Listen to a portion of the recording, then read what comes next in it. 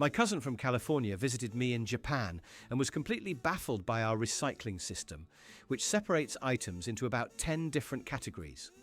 He watched me meticulously wash a plastic bottle, remove the label, and place the bottle, cap, and label into 3 separate bins. He shook his head and said, "This is insane. In America, we just throw it all in one blue bin and let the garbage fairies sort it out. This feels like a full-time job. It's a classic example of government overreach trying to control your trash." I was working the front desk of a clinic in Canada when an American tourist came in with a sprained ankle. Our doctor examined him, gave him a brace, and told him to rest. When he was leaving, he stood at my desk for a solid minute before asking, "Okay, so what's the damage? Where's the bill?" I told him there was no bill. That's just how our system works. He looked at me with deep suspicion. "Nothing? For a doctor's visit and a medical device? What's the catch? Is this some kind of scam where you send me a giant bill in the mail later?" I was managing a project with a new American hire in our Stockholm office. He couldn't grasp the concept of fika, our mandatory coffee and pastry break.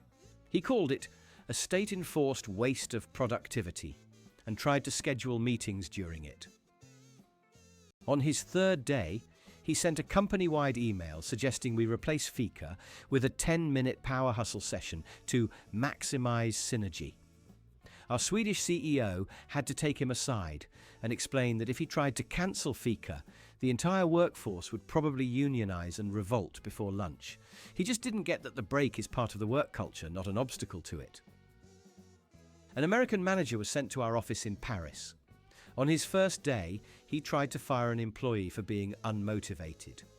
He called the employee into his office and said, "It's not working out, pack your things." Our French HR manager had to physically intervene, explaining that you can't just fire someone in France. She detailed the extensive legal process, involving documented warnings, performance reviews, and potential severance packages that could last for months. The American was aghast. "You mean I can't fire someone who works for me? What kind of communist backwards country is this?" I was guiding a tour through the ancient city of Ephesus in Turkey. An American tourist in my group looked at the magnificent ruins of the Library of Chelsus and said with no irony, "It's a real shame they let this place go. A bit of drywall and some fresh paint, and you could probably flip this for a good price. The location is great. Have they thought about turning these into condos? You could call them historic Roman villas. I bet they'd sell like hotcakes." He seemed genuinely proud of his business idea. My university had an exchange student from Texas who tried to tip our professor. After receiving a good grade on a paper, he went to the professor's office and tried to hand him a €50 note saying, "Thanks for the A, Professor. This is for you." The professor, a stern German man in his 60s, was deeply offended and confused. He thought the student was trying to bribe him after the fact. It took a very awkward 10-minute conversation to explain that in America, tipping is a common way to show appreciation for good service. Overheard at a cafe in Vienna, famous for its centuries-old coffeehouse culture. An American couple was complaining loudly. "This is the slowest service I've ever had. We've been here for an hour." The waiter calmly replied, "Madam, this is a Viennese coffeehouse. You are meant to be here for an hour, or 2, or 3. The point is not to rush." The husband scoffed. "That's the dumbest thing I've ever heard. The point of a restaurant is to get your food and leave. You guys need to learn about efficiency from Chick-fil-A."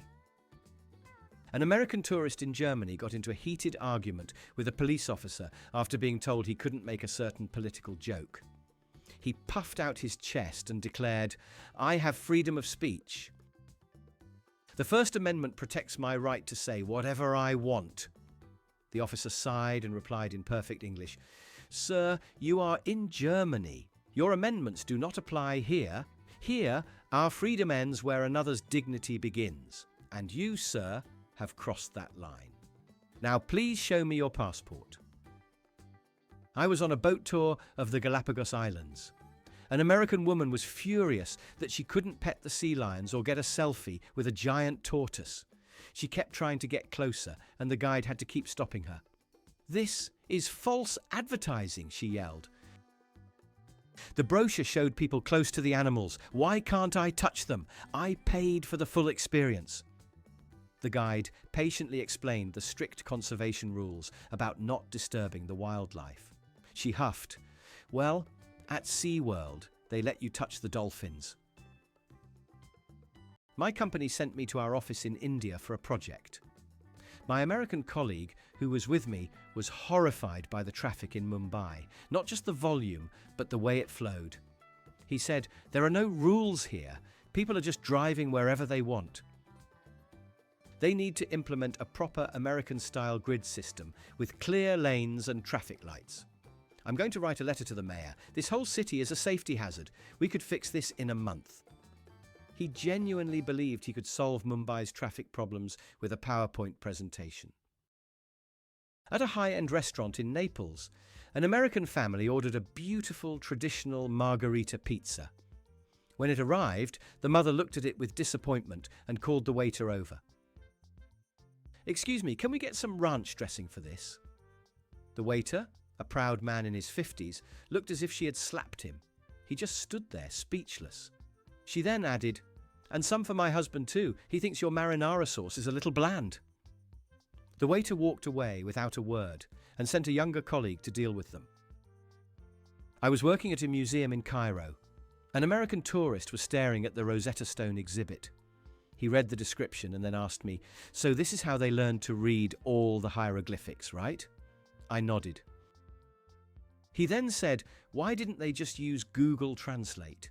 It seems like it would have been a lot faster. They could have just taken a picture with their phone and it would have translated everything instantly."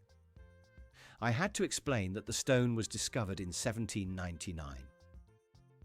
My friend from Oklahoma came to visit me in the UK and was shocked that we don't have air conditioning as a standard in most homes. It was a mildly warm summer day, about 24 degrees, 75 degrees.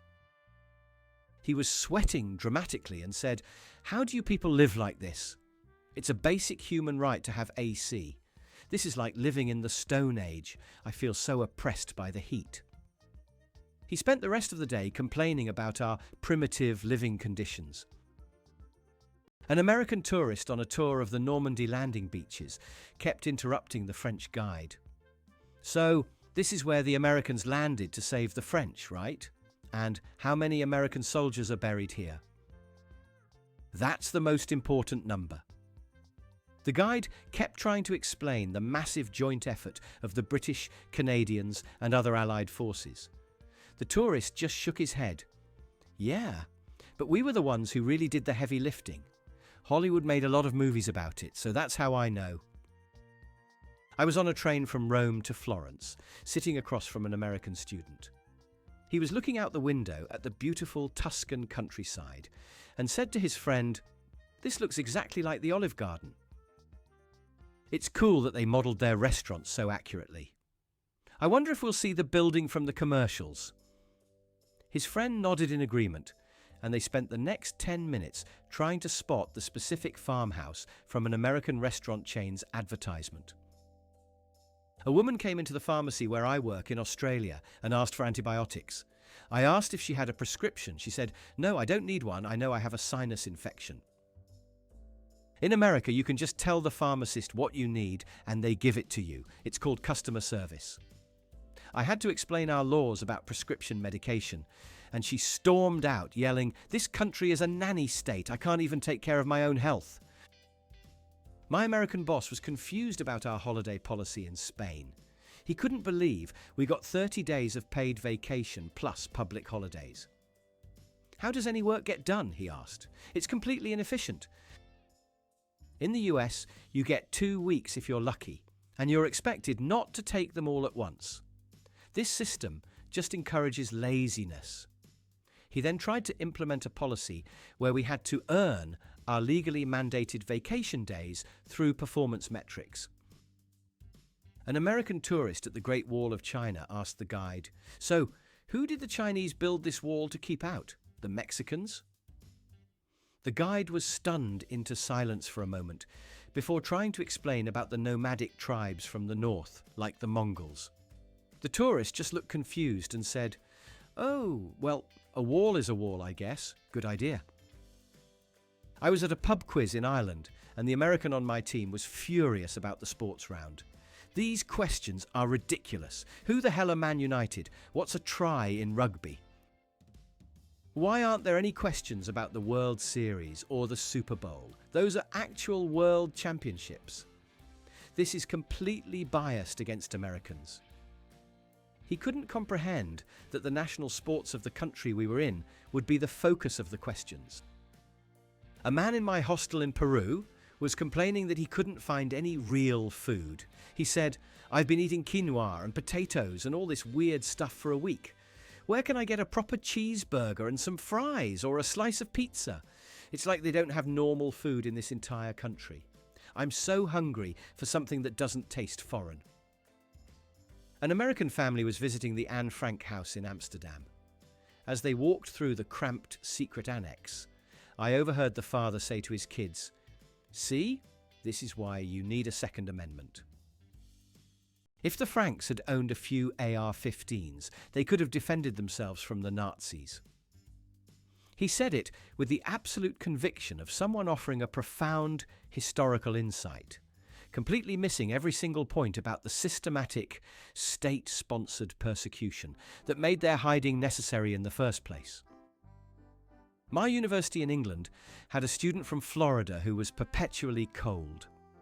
One day, in mid-October, when the temperature was about 12 Celsius, 54 Celsius, she came to class wearing a full-on Arctic parka, gloves, and a wool hat. She complained to the professor that the university was failing in its duty of care by not heating the lecture hall to a medically safe temperature. She claimed anything below 70 degrees Celsius was a health hazard and threatened to write to the American embassy about the substandard living conditions for exchange students. An American software engineer was temporarily assigned to our office in Finland. He was shocked by the work-life balance. He saw people leaving at 4 p.m. and asked, "Is it a holiday? Why is everyone leaving so early?" We explained that's just a normal work day. He was genuinely disturbed.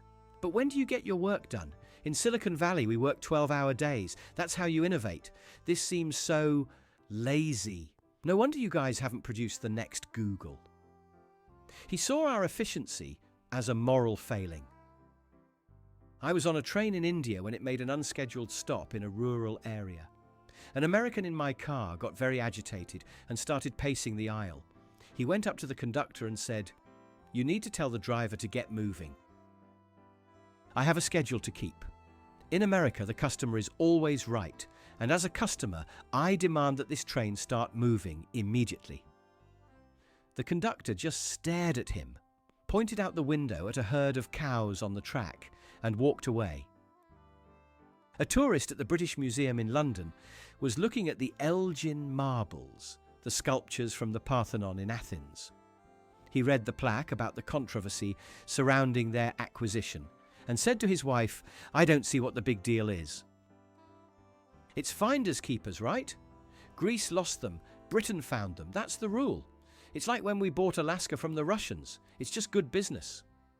He viewed a complex issue of cultural heritage as a simple property transaction. My Canadian friend was talking to an American about Thanksgiving. The American asked, "So what are you guys thankful for being so close to America?" My friend tried to explain the history of Canadian Thanksgiving, which is different and even predates the American holiday. The American just looked confused. "But the whole story is about the Pilgrims and the Indians. You guys weren't there. It feels like you're just copying our holiday because you want to be like us." An American tourist in a quiet Japanese Zen garden was talking loudly on his phone, describing the garden to someone back home. "Yeah, it's nice, but it's a little boring. It's just a bunch of rocks and sand. There are no flowers or fountains or anything. It's like they ran out of budget halfway through. I could design a much better garden than this. I'd put in a waterfall and maybe a hot dog stand. A monk who was raking the sand nearby just closed his eyes and took a very, very deep breath. I was working in a pub in Galway, Ireland. An American tourist ordered a Guinness, and when I served it, he said, "Can you put some ice in this? It's a bit warm." The entire pub, which was full of locals, went dead silent. You could have heard a pin drop. I politely explained that Guinness is served at cellar temperature, not chilled like a lager. He replied, "Well, in America we like our beer cold. The customer is always right." I think he was genuinely lucky to leave the pub uninjured that day. An American exchange student in my history class in Germany was shocked to learn about the sheer number of political parties in the German government. "This is so confusing," she said. "Why are there so many? You should just have two parties, a Republican one and a Democrat one. It makes everything so much simpler. You just pick a side. This system with coalitions and all these little parties is just a mess. It's no way to run a country." I was on a flight from Sydney to Los Angeles. An American woman sitting next to me was looking out the window as we flew over the vast, empty Australian outback. She turned to me and asked with genuine curiosity, "Why didn't they build more cities out there? It's just a huge waste of space. In America, we would have put a few Walmarts and some suburbs there by now. It's like nobody here has any ambition to develop the land." A tourist in Iceland was trying to pay for a souvenir with a personal check from a small credit union in Ohio. The cashier, a young Icelandic woman, had never seen a personal check before and had no way to process it. The tourist became indignant.